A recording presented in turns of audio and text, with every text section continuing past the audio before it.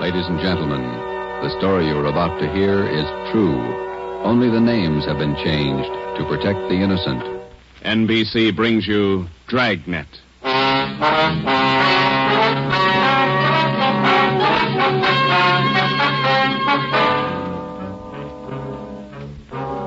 You're a detective sergeant. You're assigned to burglary detail. A gang of hijackers has started to work in your city. Truckloads of valuable merchandise have vanished. The thieves are clever, seem to have a foolproof system. Your job, find them. Dragnet, the documented drama of an actual crime, investigated and solved by the men who unrelentingly stand watch on the security of your home, your family, and your life. For the next 30 minutes, in cooperation with the Los Angeles Police Department, you will travel step by step on the side of the law through an actual case from official police files.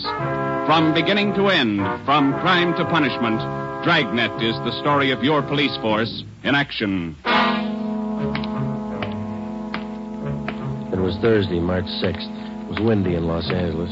We were working the night watch out of burglary detail. My partner's Ben Romero. The boss is Ed Backstrand, chief of detectives. My name's Friday. I was on the way back from the record bureau, and it was 5:35 a.m. when I got to room 2A. Interrogation room. Read this to him, Ben. Yeah. 2,600 dozen nylon stockings, 45 bolts of silk, 58 cases imported perfume. Where are you dumping this stuff, Laval? That's what we want to know. I told you the truth. I have nothing to do with it. I don't know anything about it. What was this stolen waybill doing in the cab of your truck? How many times do I have to tell you? I don't know. Your fingerprints are all over it. You must have carried it there. I didn't carry it there. Somebody's out to frame me. How many in the hijack gang, Laval? I'm not in a hijack game. I told you I don't know. When are you going to let me go? Who's the head of the gang? I don't know any head of the gang. I want to get out of here. You're covering for somebody. I'm not covering for anybody. You take the rap for all this, you're going to have a beard down to your knees by the time you get out. I'm not taking any rap. Then let's have it. Oh, I'm tired. $42,000 worth. You know who took it. You know where it is. They could have disappeared anywhere on the way from the east to the 1,000 places. Nothing was missing from those shipments when they came in on the train. Everything was there when they were unloaded at the warehouse. Then I don't know. I don't know. Every dollar's worth was accounted for when it was loaded on the truck. Well, where is it now? I'm tired. We've been here all night. Laval, let me read it for you again. 2,600 dozen nylon stockings, 45 bolts of silk, 58 cases imported perfume. And you're trying to tell us somebody hijacked all that from the trucks without you knowing it? The trucks were loaded at the warehouse. We went out to eat. We came back, got in the trucks, delivered the stuff, and that's all I know. And while you were out eating, the receipts for the load disappeared, too. Is that right, Laval? I don't know where the waybills are. The shipping clerk, that's his job. We talked to him. He says one of you could have taken the waybill. Well, then he's lying. I didn't take him. Then what was this waybill doing in the cab of your truck? I told you, I don't know. Somebody's trying to frame me. Why? I don't know. Somebody, I don't know why. Then you better come up with an answer, mister. Look, I'm tired. We've been here since 6 o'clock last night. We're all tired. Who are you covering for? What are you trying to build? Any of that coffee left, Ben? It's cold. That's all right. You want some, Laval? No.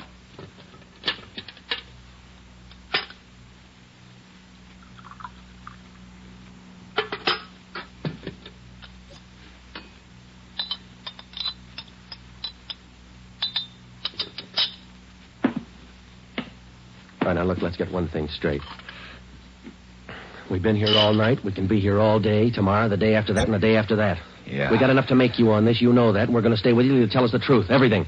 I've told you all I'm going to tell you. If we stay here for 6 months, you got it all. This your home phone, Hillside 8321. That's right, 8321. What time's your wife get up, Laval? What do you mean? Ben, get an outside line. Yeah. You're not going to call my home. That's Hillside 8321, Ben. Outside, please. Don't do that. Don't. Not my wife. Please. All right. Ask the questions again. This time I'll give you the answers. Thomas Laval was 38 years old. He was a well-respected man in his community. Sometimes it's like that. You can question a man for hours, and he'll never give you any information. But somewhere in every man's makeup, there's a weak point. We were lucky enough to find Laval's. He told us that he would give us the locations where the hijacked goods were hidden.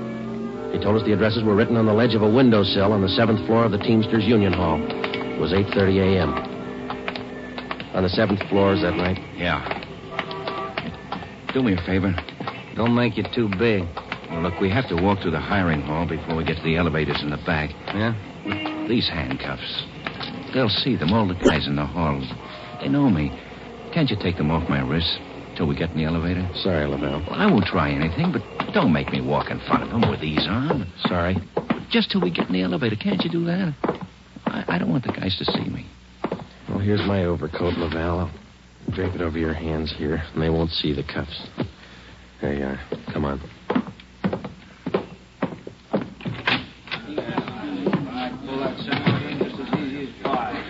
Hi, Tom. How are you? Hi.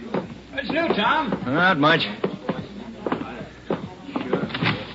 Oh, that was easy. Let's take the elevator. Yeah.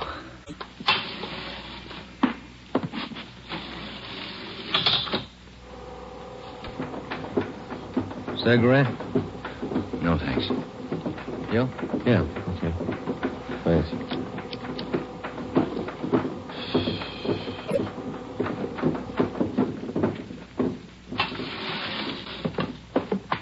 It's down this way.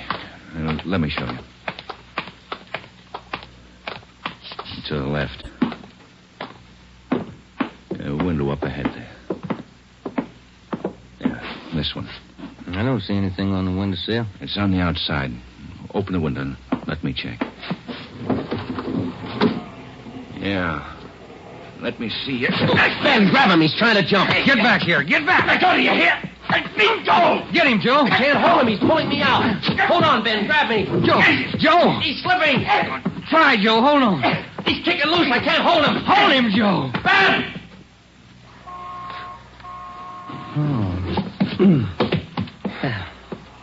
I couldn't hold him. You almost went with him. Let's get downstairs. What happened? Call an ambulance. There's been an accident. Thomas Laval was 38 years old. He was a well-respected man in his community. He died with the same reputation. We had a prisoner who'd met his death while in our custody. In cases like this, we had to have witnesses. By the time we got to the street, the usual accident crowd had gathered. Anybody here see the accident? What you want, witnesses? Yeah. Did you see it? Yeah, we saw it. Let's get their names, Ben. My name's Pete Garfield. This is Jack Morris. We'll be your witnesses. You'll probably be subpoenaed for the inquest tomorrow morning. Sure, we'll be there. We saw you push the guy out the window. We saw you kill him. The next morning at 10 a.m. in the basement of the Hall of Justice, Harold J. Lane, Deputy Coroner, City and County of Los Angeles, read the report of the findings of the autopsy on the body of the deceased, Thomas Laval. As is customary at a coroner's inquest, the identification witness was called to testify first. Elizabeth Laval, please. Raise your right hand. Do you solemnly swear that the testimony you're about to give to be the truth, the whole truth, and nothing but the truth, so help you God? Yes. Be seated. State your name. Elizabeth Laval, What is your address? 1216 East Amarillo Drive. What is your occupation? I'm a housewife. What is your relation to the deceased? His wife. Have you viewed the body of the deceased in this office? Yes. Who was the deceased? Husband. Thomas Laval. Is there anything further you wish to add? Thank you.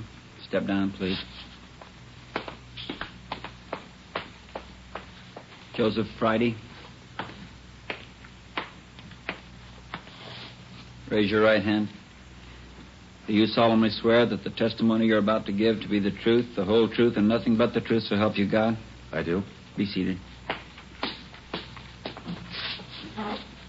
State your name. Joe Friday, What is your address? 4656 Collis Avenue. What is your occupation? I'm a police officer in and for the City of Los Angeles. Are you the investigating and arresting officer on this case? I am. Will you state briefly the facts relating to the death of the deceased? On the morning following the arrest by us of the deceased on suspicion of grand theft merchandise, He expressed a desire to assist us in the apprehension of suspects involved in these thefts and the recovery of property taken in them. Did he assist you? Well, he informed us that if we took him to the Teamsters Union Hall, that he'd be able to obtain addresses of the locations where the stolen property was cached. You then took him there. Yes, we did. What happened? When we arrived, he requested us to remove his handcuffs. We refused. The deceased then informed us that the addresses were written on a window ledge on the 7th floor. When we arrived at the window, under the pretense of searching for the addresses, he threw himself over the ledge. I grabbed his left leg to restrain him, but he kicked loose. Did you at any time have any idea that the deceased planned such action? I did not. What did you do then? We immediately went to the location of the body and had an ambulance dispatched. Do you have anything further to state? No, I have not. Are there any questions from the jury? That's all, Officer Friday. Step down. Peter Garfield. Raise your right hand. Yeah. Do you solemnly swear that the testimony you're about to give to be the truth, the whole truth, and nothing but the truth, so help you God? Yeah? Be seated. State your name. Pete Garfield. What is your address? 1654 North Pico. What is your occupation? Truck driver. Down at General Warehouse. Did you know the deceased? Yeah? How did you know him? I worked with him. And that cop's a liar, and so's his buddy sitting over there. Please confine the testimony of this inquest to facts. Were you present at the time the deceased met his death? I told you I was. And those two cops pushed Tom out of the window. Where were you at the time the deceased was pushed or jumped from the window? Jack and I just left the Union Hall. We were going out the front door when it happened. What attracted your attention? I heard him scream. When I looked up, Tom was falling. That cop was standing at the window watching him. Did you see the officer push him? Yes, I saw him. Did I understand you to say you were on the street outside the building at the time? Yeah. And you saw the officers push the deceased from the window on the 7th floor from your vantage point? Yeah. Isn't it true that that's a physical impossibility? What is? That you could have seen what you testified to from where you were standing? I know they pushed him. You know or you saw? I know, that's all. Tom wouldn't jump out of a window. Then it's true you didn't see the officers push the deceased out of the window? No, I didn't see him. Is there anything further you'd like to add? They must have pushed him. Any question from the jury? That's all, Garfield. Step down. Dorothy River. Raise your right hand. Yes, Do you solemnly swear that the testimony you're about to give to be the truth, the whole truth, and nothing but the truth, so help you God? I do. Be seated. State your name. Dorothy River, What is your address? 211 South Beverly Drive. And what is your occupation? I'm a stenographer at the Teamsters Union Hall. Were you present the morning the deceased met his death? I was. State where you were and what you were doing. I was in our office on the 7th floor doing some filing. Please state what you witnessed. The filing cabinet in our office is by the door. The office faces on the hallway, and the door happened to be open. I heard a commotion and looked out. I saw those two officers struggling with a man. Did you hear any conversation? Yes. I heard that officer there say, "Get back here, get back." The man outside the window yelled, "Let me go, let me go." This officer here, Officer Friday, said, "He's pulling me out. Hold on, Ben, grab me." How far from the window were you? I'd say about 15 feet. Do you have anything else to add? Yes. As the two policemen started downstairs, Officer Friday said to me, "Call an ambulance. There's been an accident." Thank you, Miss River. Those officers didn't push that man out the window. They were trying to hold him.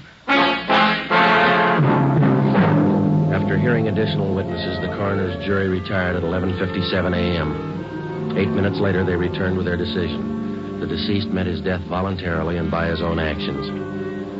The homicide detail continued the investigation of Laval's death. A week went by. With homicide working one side, we hoped that they might turn up additional leads in the hijacking case. Nothing turned up. It seemed that with the death of Thomas Laval, our leads came to an abrupt stop. On Tuesday morning, March 16th at 9 a.m., we got a call from Chief of Detectives Ed Backstrand. Now, once more, what about the way bills on these shipments? You checked them? Everything we could. Talk to everybody that handled them. And talk to him some more. $42,000 in merchandise doesn't just disappear. Now, who's the last one to handle those way bills? The warehouse shipping clerk. The bills were signed and stamped. 2 hours after he filed them in his desk, they disappeared. What about the truck drivers? You checked them out? Talked to all of them. Nothing so far. Nothing was missing from those shipments until they left the warehouse. Is that right? Yeah. And somewhere in between the warehouse and the delivery points, $42,000 worth of goods disappeared. Somebody's got to be hijacking those loads. We know that, but how do we get to it? Maybe they're working alone. Maybe they're working with the truck drivers. It's one of the others. Got to be. We just hadn't lost Laval. Well, you lost him. That doesn't close the case. You got a suggestion? Yeah, I got a suggestion. Crack it.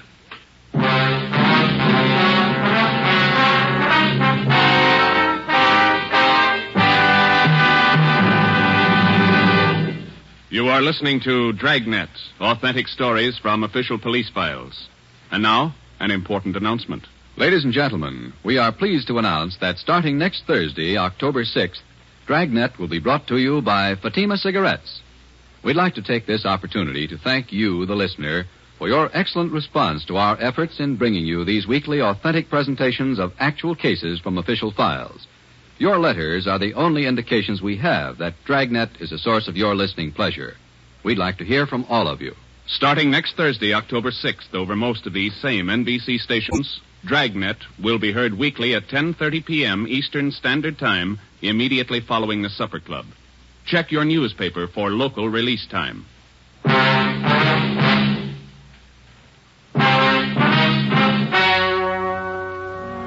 We stayed on the job. Another week went by. No leads. We spent so much time at the general warehouse where the merchandise disappeared that we almost got to be a part of the crew. We got to know everybody. We made frequent visits to the Teamsters Union Hall, but got us nothing. On Wednesday, March 26th, we reported in for work at 8 a.m. Friday, Romero. Yeah, Skipper? You fooled around just long enough. They hijacked another load last night. $38,000. What outfit? Same, general warehouse. Who's your contact down there? Ray Hobart, shipping clerk. I'll hop down there right now and get the details. Right, Ed. There are 2 ways to solve this thing. Yeah? You can get those hijackers now or wait till General Warehouse goes out of business. Get on it.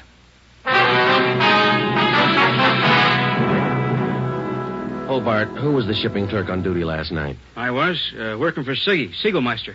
He's out of the cold. And you saw the stuff was loaded on the trucks, and you checked the waybill. Yeah, as usual. Everything as usual. Checked the trucks out at 2 a.m., went back to the office, filed the waybills. You work a pretty heavy schedule, Hobart. You started at 2 a.m. and you're still on duty? It took the last 4 hours of Siggy's shift, at 2 a.m. to 6 a.m. He had a cold. I was back here at 10 this morning to start my own shift. When did you find out the waybills were missing on that shipment last night? Just before I went off. Maybe 5:30, 5:45. Well, how about the truck drivers who handled that load, Hobart? You got them? Let's see. I got it right here. Okay. Here you go, Sergeant. Jack Morris and Pete Garfield. Jack Morris and Pete Garfield were brought in for questioning. We double-checked with Homicide and found that their reports on Morris and Garfield tallied with ours. No previous records. Both men had been tailed for a reasonable length of time since their testimony at the Laval inquest. Their actions failed to implicate them. 4 days after the second hijacking, we got a tip from one of our informants down in the warehouse district. He told us that a man in a gray suit had been hanging around the coffee shop next to the Teamsters Union Hall. He was peddling nylon stockings, cheap. There had been other reports like this, which we had followed up, but none of them had paid off. Usually such leads didn't pay off, but we couldn't be sure. They had to be checked. At a few minutes before 5 that afternoon, we found the nylon salesman in the gray suit in the back booth of the coffee shop adjoining the Union Hall. Look, Meg. Take a look. The finest. You can't do better. 51-gauge nylon. Look good, huh? Sure do, don't they, Joe? Yeah, they do. We've been looking for you, Mac. Some of the guys in the Union Hall said that you'd be around. Sure, I saw lots of these around the hall. Truck drivers, just like you, buying them like crazy. Good deal. Sure looks like it, man. How many pair can we have? Many as you want. 4 bits a pair, you name it. You got a couple of dozen for us? Couple of dozen? No, not on me, but I can get them. Many as you want. Well, we're kind of in a hurry. Can you get them for us fast? Couple of dozen. Better make it 3 dozen, huh, Joe? Yeah, if you want. 3 dozen. Can you get them now? Couple of hours I can get them. Same quality. Want to meet me here? Oh, I don't know. We wanted them for tonight. My wife's birthday, you know. Well, maybe an hour and a half. How's that? 3 dozen, meet you here. Oh, look, Mac, maybe we're both heading the same direction. Can't we go with you and pick up the nylon? Save time for all of us. No, I don't think so. No. Can't you wait? Hour and a half? How's that? Ever find a better buy? I'm sorry, Mac. I wish we had the time. Well, where do you have to go to pick up these nylons? Oh, way out. Sunset Boulevard near Fairfax. Can't you wait? I'll make it fast. Can't we pay you and then go out and pick them up ourselves? Huh? No. Don't work that way. No. Can't you wait here? I'll make it fast. We ought to be home now, Joe. Yeah, I'm sorry, mister. We'll have to skip it. Yeah, maybe we can pick up something on the way home, Ben. Candy or something. Wife likes candy. Now, look, fellas, I don't want to see you lose out on this deal. I'll meet you halfway. How you mean? Look, together we'll go out to Sunset and Fairfax, huh? Near the place. You wait there at the hamburger stand, and in 5 minutes I'll bring you the stuff, okay? Oh, I don't know. We're late already, but... All right, it's a deal. I'll call the wife and tell her we're going to be a little later. 3 dozen, is that right? 3 dozen are the best. You can't do better. All right, I'll be back in just a minute.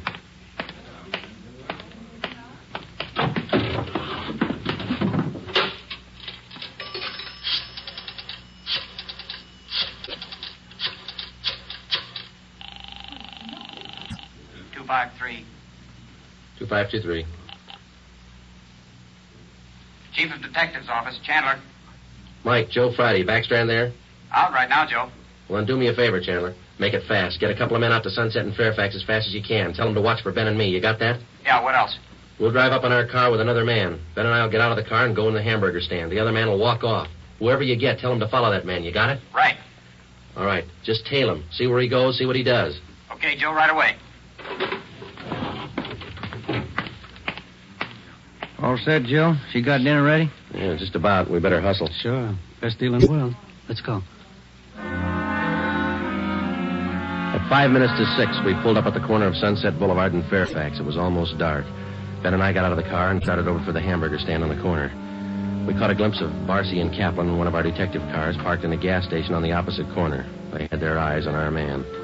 When the traffic signals changed, the man crossed the street and headed down Fairfax. Barcy and Kaplan waited a minute, and then they took off after him. He turned at the next corner and disappeared from sight. Ben and I ordered a cup of coffee, and we sat down to wait. At 6:30, we were still waiting. At 5 minutes to 7, I went across the street to the drugstore and called the office. Barcy and Kaplan hadn't been heard from. Their car, 105K, was not acknowledging calls. I had my call switched from communications to Backstrand's office. Well, they lost him Friday. I don't know how they lost him, but they lost him. Well, who's out there now? Sullivan and Whitney took a detail out there. They're combing the neighborhood right now. Well, how did it happen? A man just doesn't disappear into thin air. That's what I keep telling you about that stuff that's been hijacked. The search for the nylon salesman went on all that night and most of the next day. From his description, we ran a make on him. No previous record. He had disappeared completely. We were right back where we'd started from. The only thing we could do was to start backtracking, re-questioning the people at General Warehouse, the truck drivers, the shipping clerks. We kept a close check on Garfield and Morris, and we went back to the only possible lead still remaining, Mrs. Laval. She could tell us nothing more than we already knew. When we left her, we started on the neighbors for the second time around. For the rest of the day, we canvassed the immediate neighborhood. We got as many opinions of the Lavals as they had neighbors.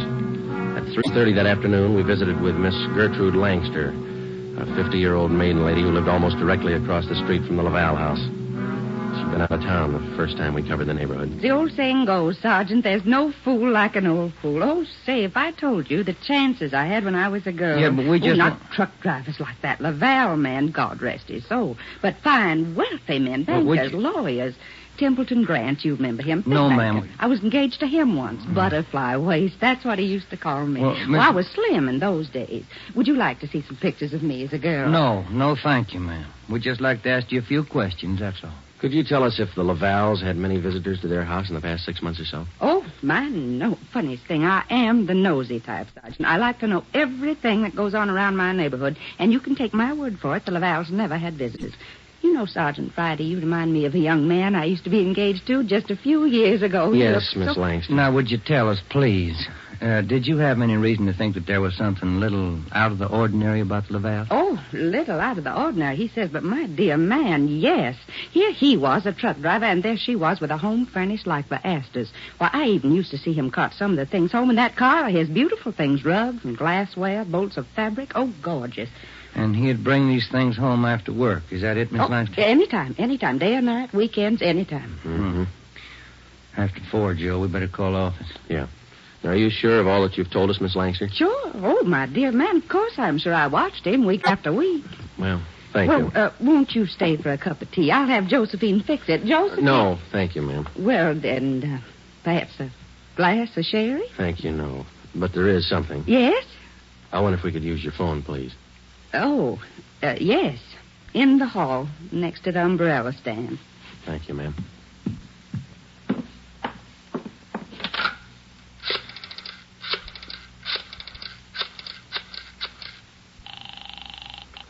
City Hall. 2523. 2523.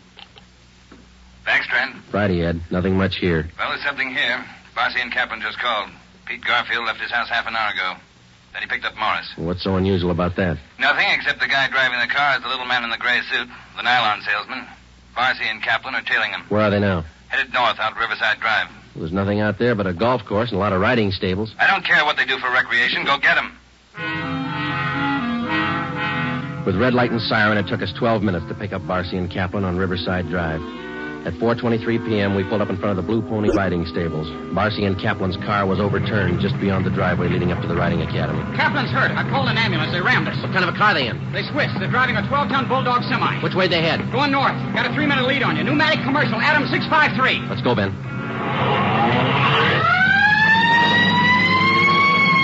Can you see him, Joe? No, not yet. Watch that crossing.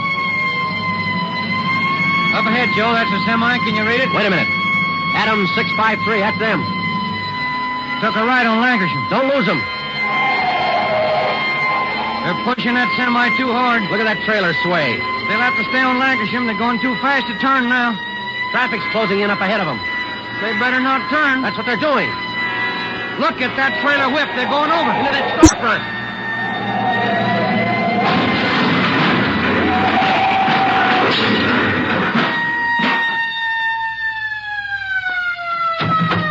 Come on, Ben.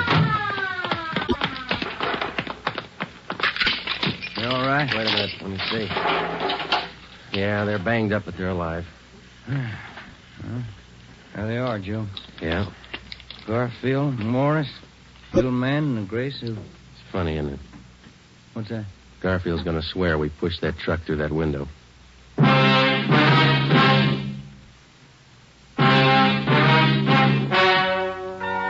The story you have just heard is true. Only the names were changed to protect the innocent. Peter Garfield, Jack Morris, and John Dolfo, the stocking salesman, were hospitalized and later brought to trial. They were convicted on charges of grand theft and received sentences as prescribed by law. They are now serving their terms in the state penitentiary. You have just heard the 18th in a new series of authentic cases from official files. Technical advice for Dragnet comes from the Office of Acting Chief of Police W.A. Wharton, Los Angeles Police Department. Tonight's program is dedicated to motorcycle officer Elmer Forsman of the Fresno, California Police Department, who on the afternoon of October 6, 1946, gave his life so that yours might be more secure. Remember, starting next Thursday night, October 6th, Fatima Cigarettes invite you to listen to Dragnet immediately following the Supper Club. That's 10:30 p.m. Eastern Standard Time over most of these same NBC stations. Check your newspaper for local release time. Dragnet came to you from Los Angeles. Judy Canova joins the star lineup of Saturday shows tonight on NBC.